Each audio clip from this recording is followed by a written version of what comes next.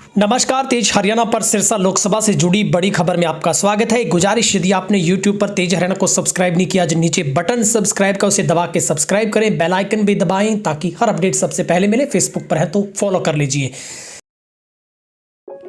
Admission open, welcome you DAV Dabwali CBSE affiliated English medium school. आज ही अपने बच्चे का उज्जवल भविष्य करें सुरक्षित।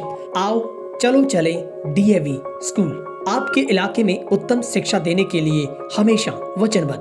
पता है DAV public school, Chautala road, Dabwali. संपर्क करें 9964388833। नमस्कार। आज हम लोकसभा चुनाव की अपडेट में हिसार का जिक्र करेंगे। दरअसल हरियाणा की राजनीति में सबसे बड़ा ये परिवर्तन कहा जाएगा और एक चौंकाने वाली खबर है कि भाजपा ने आखिरकार चौटाला परिवार को ही आमने सामने कर दिया है। हरियाणा के 10 संसदीय सीटों में इस बार हरियाणा के हिसार और कुरुक्षेत्र की सीटें सबसे हॉट बनती नजर आ रही है।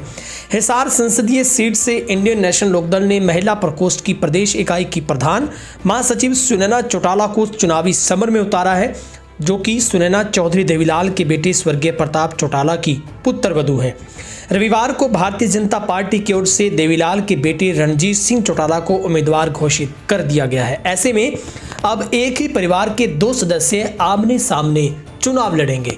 वहीं पर जेजेपी की ओर से भी नैना चौटाला के वहां से चुनाव लड़ने के कयास है वो लगभग फाइनल होते हुए नजर आ रहे हैं। तो क्या ये माना जाए, दर्शकों की राय कमेंट सेक्शन में हम समझना चाहेंगे।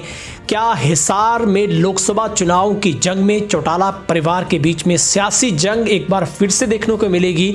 क्योंकि ये चौटाला परिवार के इतिहास में ऐसा मुकाबला पहली बार हो रहा है जब बहू और ससुर एक ही प्लेटफॉर्म पर आकर सीट से अपनी जीत को लेने के लिए सबसे ताबड़तोड़ तरीके के साथ यहां पर वो सियासी बल्लेबाजी करेंगे।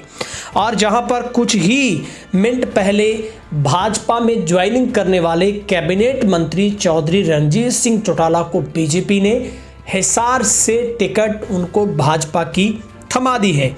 ऐसे में चर्चा है कि जननायक जनता पार्टी द्वारा भी इस चुनाव में नैना चौटाला को हिसार की संसदीय सीट से उम्मीदवार बनाया जा सकता है।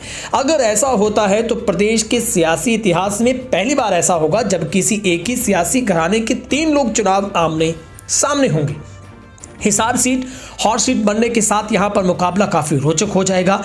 चौधरी रणजीत सिंह इससे पहले 1998 में हिसार से कांग्रेस की टिकट पर चुनाव लड़ चुके हैं और हिसार सीट से इससे पहले चौधरी देवीलाल परिवार के 4 सदस्य 5 बार चुनाव लड़ चुके हैं। सबसे पहले 1984 में लोकदल की टिकट पर OP चौटाला ने चुनाव लड़ा, कांग्रेस के वीरेंद्र सिंह हार गए थे। इसी तरह से साल 1998 में रणजीत सिंह ने कांग्रेस की टिकट से यहां से चुनाव लड़ा और उन्हें हरियाणा लोकदल राष्ट्रीय के प्रत्याशी सुरेंद्र बरवाला ने हराया था।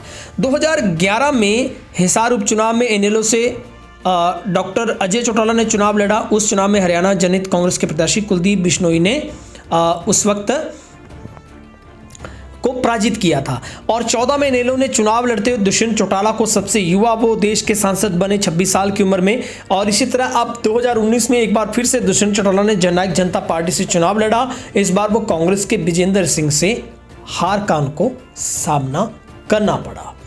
तो ये सबसे रोचक जो बात हम देख पा रहे हैं कि हिसार में देवीलाल परिवार आमने सामने हो गया है, क्योंकि भाजपा ने रविवार देर रात को हिसार, कुरुक्षेत्र, सोनीपत और रोहतक की सीटों के प्रत्याशियों का ऐलान कर दिया और जाटलैंड बांगर में देवीलाल परिवार के दबदबे को बढ़ाने के लिए पार्टी ने ताऊ देवीलाल के परिवार के हाथों में कमल थमा दिया है।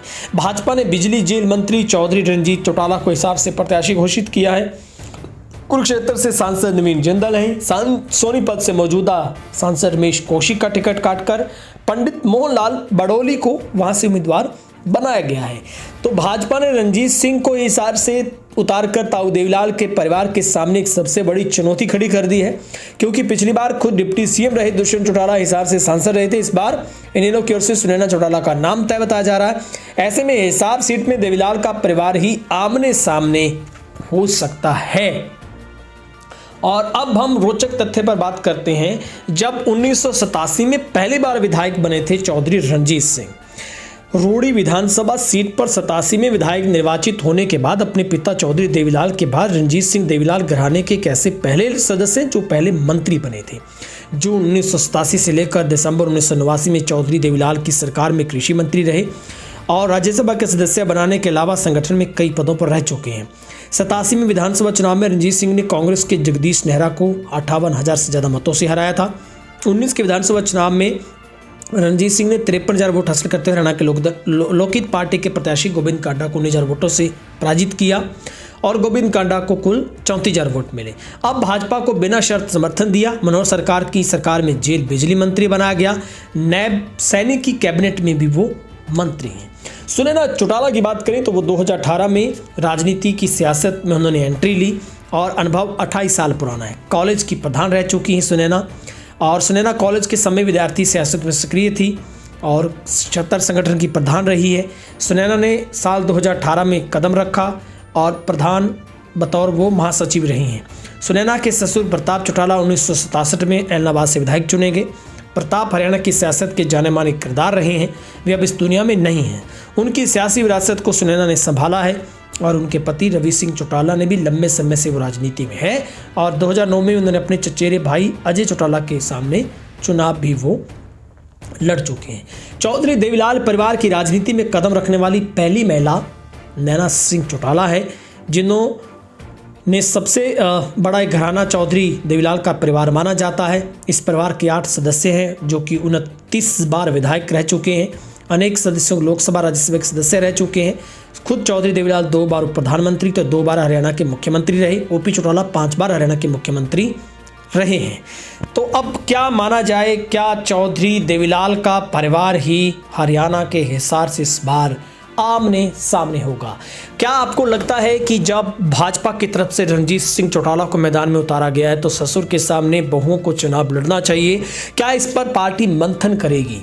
क्या सियासत की इस पिच के ऊपर परिवार खुद ही लड़ेगा या फिर परिवार इस बात को लेकर मंथन करेगा कि कम से कम ताऊ देवीलाल की विरासत में यह इतिहास ना बने कि बहुओं का ससुर के साथ सीधा मुकाबला हो जाए?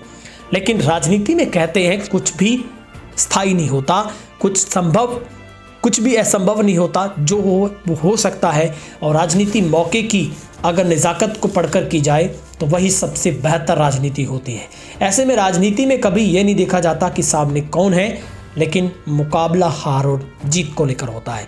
आपकी राय देखेंगे कमेंट सेक्शन में। बहुओं के बीच ससुर की टक्कर कैसी रहने वाली है?